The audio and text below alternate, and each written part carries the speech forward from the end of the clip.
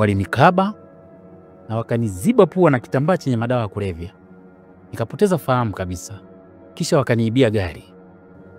Na gari yenyewe walioniibia ni hii.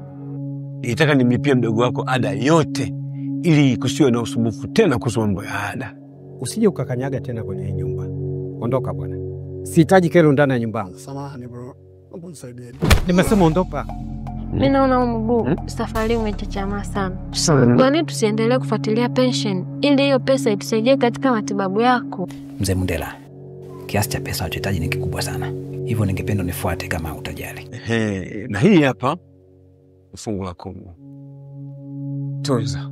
Hakikisha hata mkono wako wa kushoto hauoni. Mimi wewe ni kunguru. Mimi